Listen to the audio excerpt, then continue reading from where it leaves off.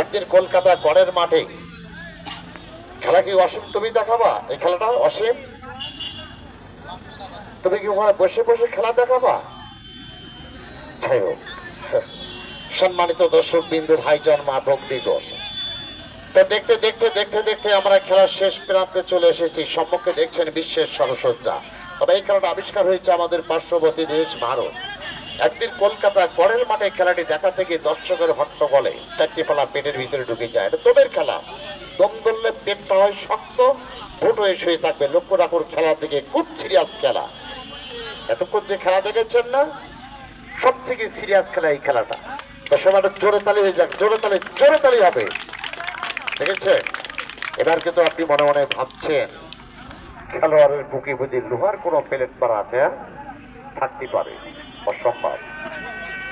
এটা সার্কাস খেলা বাজার, এখানে কোনো ভোগীযোগী কোনো খেলা হয় না। তবে একটা খেলার মূল্য আপনি দিতে পারবেন না।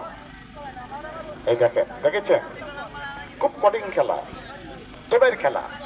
যার যতটুক দম আছে, আপনি কিসের কি নেবেন? ব্যথা, টিউব দাও।